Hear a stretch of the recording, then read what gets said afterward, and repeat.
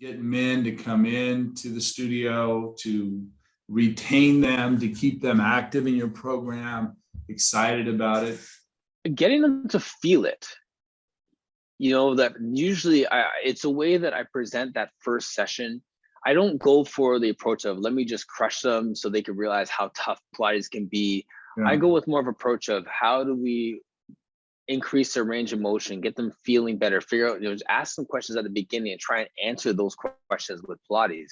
And then they'll tell their wife or their kids or whatever. And maybe they keep it their own secret so they can continue to beat up their friends in their, hockey league on the weekends or whatever. But there's something to it.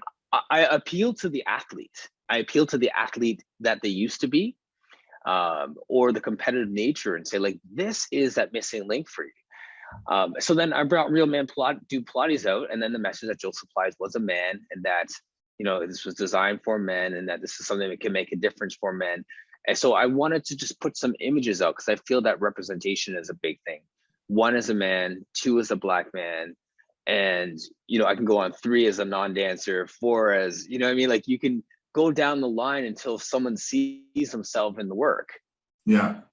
And so I figured that if I made that page and people can even reference that page, because for those of you who are in the chat, name some male Pilates instructors, name some Black male Pilates instructors after Chris Robinson and Brett Howard and John Claude Nelson, right? Like, who's number 5?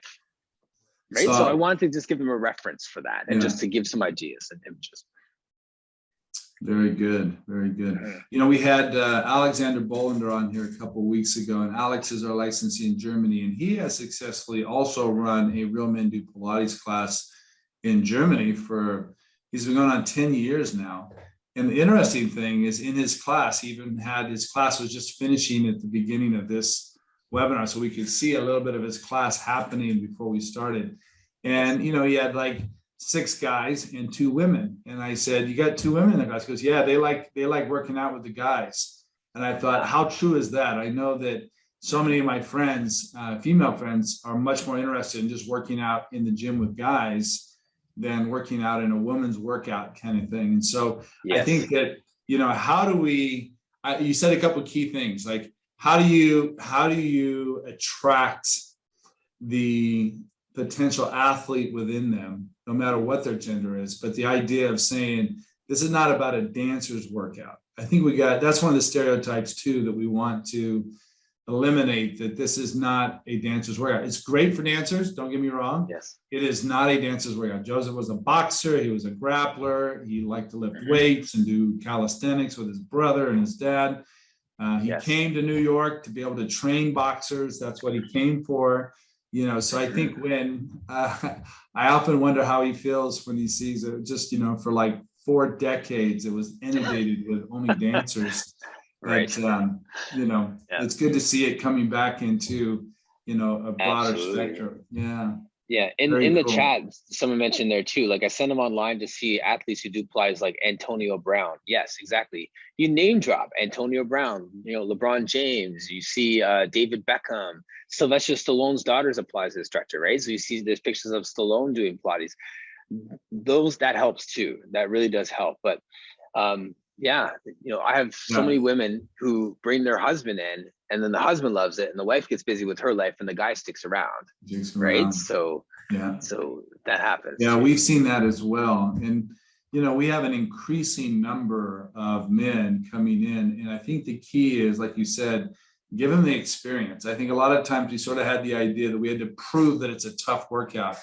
And it is already. So we don't have to prove that. We don't have to go out of the way to prove it. But if they feel good, after doing Pilates, that's the magic. I think and that's true with anybody, right? I'm really big on making my space a safe space. And this is one of the things for guys, like man to man, like when you go into a place like this where you have this space, and the movements can be intimidating because it's new territory.